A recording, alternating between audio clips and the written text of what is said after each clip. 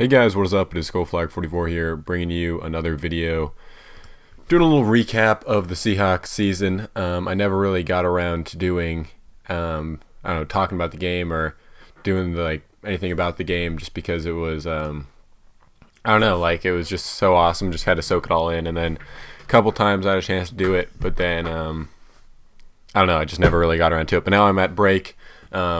I had woke up a little sore throat, but now I'm feeling pretty good. So I thought, hey, I've got some time, might as well make a video. So that's what I'm doing. So let me drag my notes I have here. I wrote these notes, looks like it was almost 10 days ago. So I had a video set up, but I just never really got around to doing it. So I'm going to talk less about the Super Bowl because that's kind of already over. I'll do a quick recap. Super Bowl was awesome, exceeded my expectations. It was absolutely fantastic. I thought the entire season was awesome. I mean, it's just I don't know, once you win the Super Bowl, it's everything. Every decision you made was a good one. I know people love to nitpick. People still love to nitpick, oh, they could have done this, could have done that. I mean, even Percy Harvin here, people said, I mean, did they really need to make that trade? No, probably not. And they, would they have been better off without Percy Harvin? With the first round draft pick and with that money, maybe. But they won the Super Bowl, so it doesn't matter. So that's the sort of thing I think about. The whole season was awesome. I think people already say on paper the Seahawks won't be as good next year, but I think just the growth in the offense, Percy Harvin is a complete game changer. If he's healthy at the start of the season, which looks like he will be, that's huge. It makes the offense so much better, and I think the offense could. I don't think the offense will be better than the defense, because I don't think that'll. If that ever happens in the Pete Carroll and John Schneider era, then I think something's a little wrong, because that's not the way the teams are built. But I think they could become a little closer, which would be good, because this year the defense really had to carry the offense, and that's the way they wanted it. But I think it could become a little better, and I think that'd be pretty awesome. And Russell Wilson's only going to get better. Marshawn Lynch, still Marshawn Lynch. You got Percy Harvin. They're going to get some more wide receivers. I mean, potentially lose Golden Tate. They'll keep Doug Baldwin, looks like. I don't know. I'm going to talk about it. I'm going to move on to my off-season moves, but I just want to mention Percy Harvin. I have a total infatuation with Percy Harvin. I didn't realize it until after the game, watching highlights and watching stuff. Even when when Pete Carroll was doing his locker room speech, I would be looking to see Percy Harvin's reaction, because he is just such a dynamic player, and he's so fun to watch. And I love that he's, I don't know, I just want him to fit in with the Seahawks team. I mean, he's had a really tough time doing that, I think. And I think he's, at this point, all is good. He's part of the team. They won a Super Bowl. Nothing matters. But it has to be tough, because he's the highest paid player on the team. They traded for him. He wasn't a grown, organic player. So he kind of had, you could kind of tell some of the wide receivers were kind of we don't need Percy Harvin. They were kind of tired of all the media talking about him, but I think they really came on to appreciate Percy Harvin, and I think that was pretty awesome to see. So I don't know how long it's gonna last, but I will love watching Percy Harvin. Every snap he's in, it's just so much fun for me to watch. So I don't know when that's gonna end, but he's fantastic. The part that's really impressive with me is that you see a guy like Tavon Austin, who people try to draw comparisons between Tavon Austin and Percy Harvin, I don't know, but I quickly realized that they're totally different players. Percy Harvin's about 6 feet tall, probably a little under that, I would guess. He's crazy fast, and he is big. This dude is, I mean, you can see his arm right here. Look at that bicep. Look at that. And his forearms are huge. I mean, oh my gosh. He can run people over, and I don't know, he's fantastic, and he's so fun to watch. I love I think there could be some awesome stuff with a triple option. You've got Marshawn Lynch, who's the big bruiser type guy, just going to run into people, seeks people out. Percy Harvin, who's going to elude people. But then Marshawn Lynch can also make a cut and, do a crazy cut against someone. Percy Harvin can also run people over. Then you throw Russell Wilson, who can do a little bit of both. Obviously Russell Wilson's not going to run people over, but, kind of that mid-range, be able to make some moves, but then, make some passes. I mean, that's dynamic. This offense could be crazy, especially if they get who I want them to get. Okay, so thoughts on next season? I think they're going to be really good again. I mean, I don't see them regressing. I just see them getting better. And I think now that they've the inexperience kind of helped them on their Super Bowl run, I think, a little bit. Not really knowing and just kind of going. But I think they'll capitalize on the experience they have now and become better. And you know, you look at their window, you know, sort of thing. And I don't know, it's just like the Seahawks roster is built to compete for a long period of time. They haven't done any like big restructuring from mortgaging the future, you know.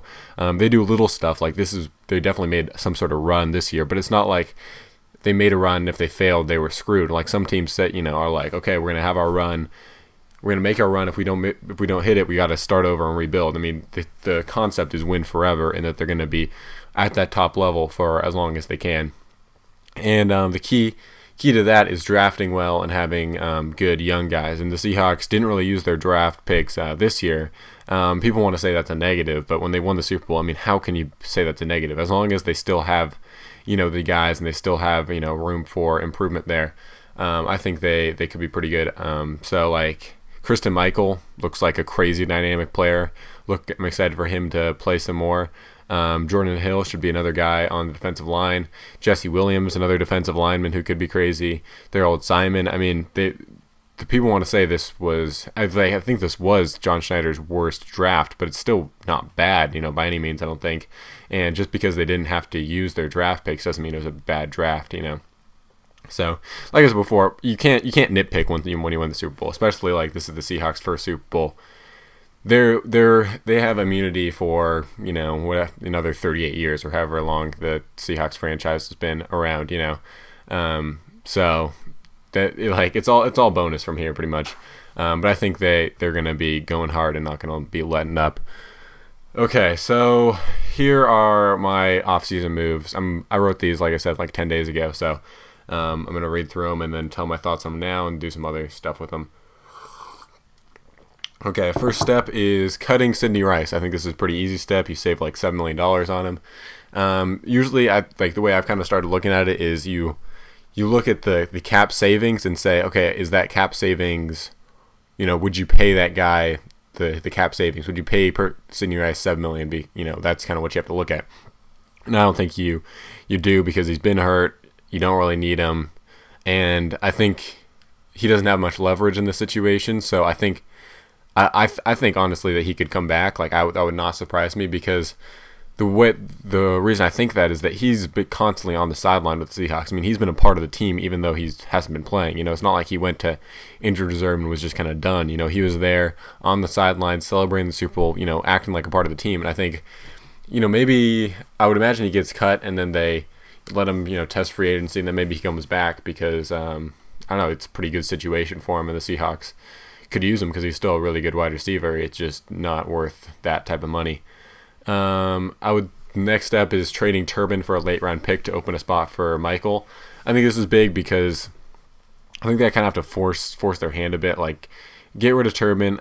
Someone suggested that they trade Turbin to Jacksonville for Gus Bradley, and I think that'd be a pretty good pick because Maurice Jones-Drew looks like he could be out of there, and Turbin could kind of be an extra option for him. And Turbin still has talent. I mean, he still has some moves where, you know, if he fixes a couple things, he could be a solid player. I don't think he'll ever be like an elite running back, but he could be a solid guy that could fill in. And if they could trade, you know, even I don't know, 5th round pick, 4th round pick. I mean, ideally 3rd, he'd be money there, but I think Turbin was a 4th round pick, so if you could trade him a 4th round pick, you'd be perfectly set. You'd be, you know, making money on that pretty much because you get the extra years, and this is a really deep draft. And then yeah, open that spot for Michael, because I think he's really talented. And I know people want to say like the Seahawks, you know, are scared to use Michael. You know, they don't really want to use him, but I mean they drafted him early for a reason. They didn't really have a need for a running back, and he was their first pick.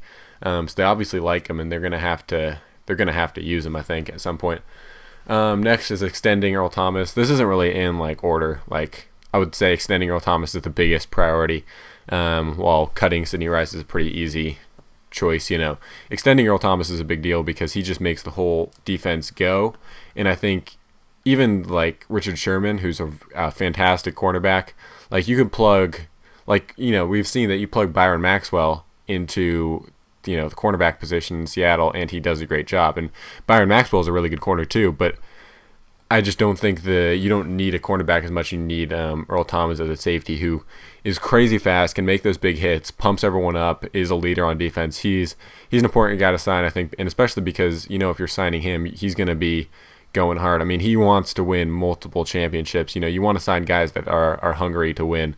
And honestly, Richard Sherman would too. Richard Sherman isn't going to take the money and be done. So you can't go wrong signing him either. But I'd wait on him and try to figure that out later. So even if you franchise tag him, you know, you could be good. Okay. And next, I have signing Baldwin to a 2-year, $8 million deal. It gives him $4 million this year, $4 million next year.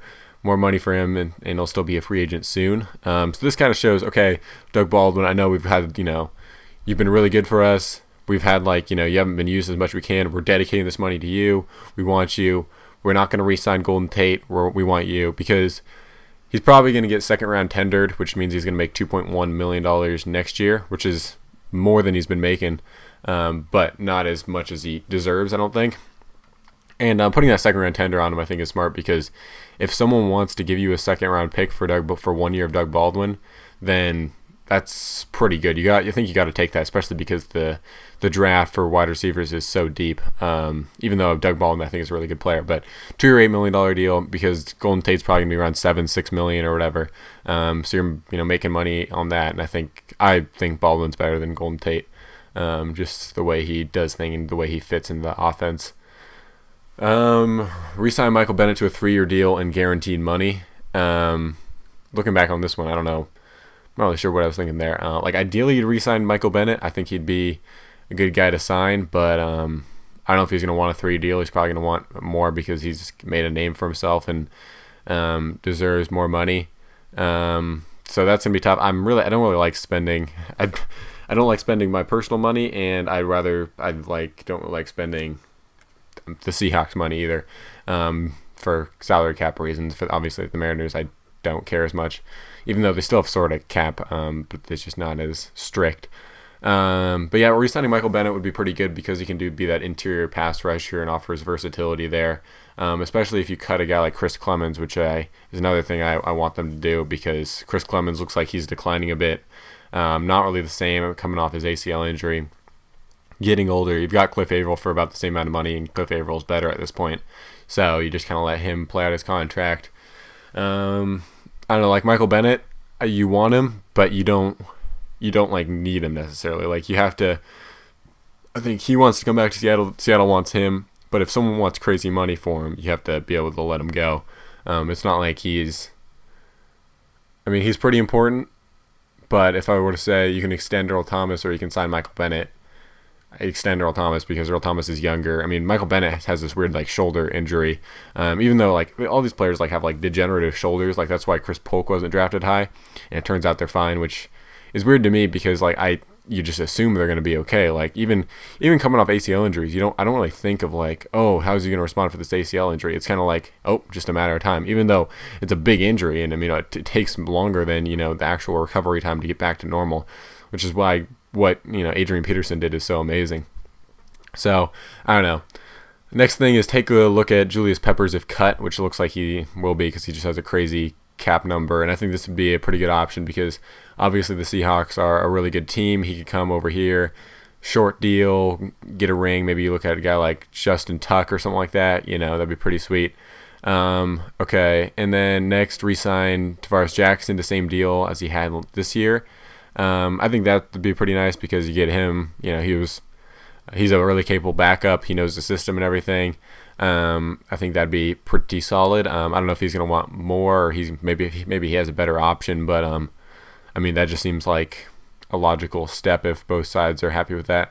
Okay, now moving on to the NFL draft. So my round 1 ideals are Kelvin Benjamin, Austin Seferian-Jenkins, and elite talent that dropped regardless of position. Pretty much. Obviously, if it's a quarterback, you don't need to draft a quarterback, but if it's this really good talent, I mean, the Seahawks are good enough where they don't have any huge holes that they're able to go take the best guy available if there's a significant, difference.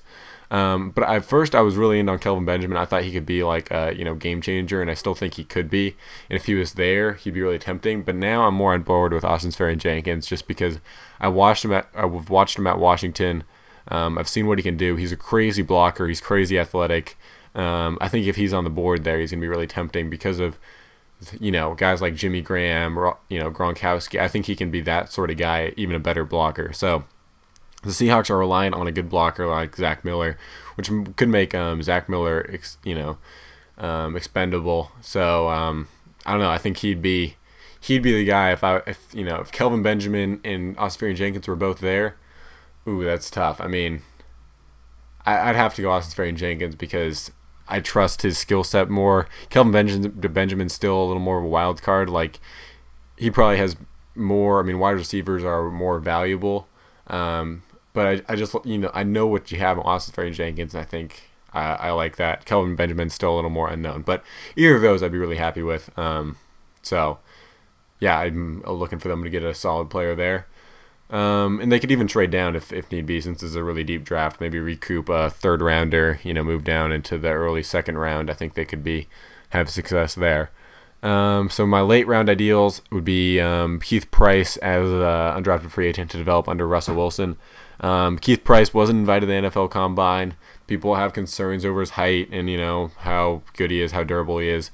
But I think he could be pretty good as a backup. And I think since Russell Wilson's already kind of started mentoring him, he'd be a perfect guy to sign as an undrafted free agent and kind of let that grow a bit, because you can maybe stash him on the practice squad, have him develop, and eventually take over for Tavares Jackson. I don't know. I think that'd be pretty good, because when he was at Washington as a sophomore his first year, I mean, he was crazy good, and then he kind of regressed. And if he could get in the system, kind of learn the system, develop a bit, I think that'd be pretty nice. But I ideally like him as an undrafted free agent, because if you spend a pick on him, maybe like a 7th rounder, but it's harder to stash that guy on the practice squad, I think. And I don't know if there's going to be a spot on the roster for him right away. So that's kind of what I'm thinking right now. I think it's going to be pretty exciting off season. I'm pretty excited. Should be fun. This next season should be awesome. I'm sure I'm going to go to a training camp again this summer, which should be a lot of fun. I'm glad I did. Just a fantastic season. A lot of stuff to watch. Unfortunately, the NFL draft is in May now. And I really like the NFL draft, so it's just kind of lame it's farther back. But I'm sure I'll have a video on that at some point too, because for some reason I just really like the NFL draft. Seeing all the potential, seeing all like the different people get allotted, the way everything all works. I mean, I don't do much like scouting or anything. The way I judge players is very visual. Like, I watch them once, see what they can do, kind of size them up based on stupid things like how muscular they are, how they look and all that sort of stuff. I mean, Percy Harvin, I judge him on just a quick instant. Obviously it's been biased because of what other things I've heard of him, but I don't know. That's kind of the way I do things. So it's worked out decent so far, and I don't really. If it doesn't work out, it doesn't matter. So I don't really need to do anything too in depth. So that's where I'm at right now. Hopefully you guys enjoyed this, and I will see you guys next time.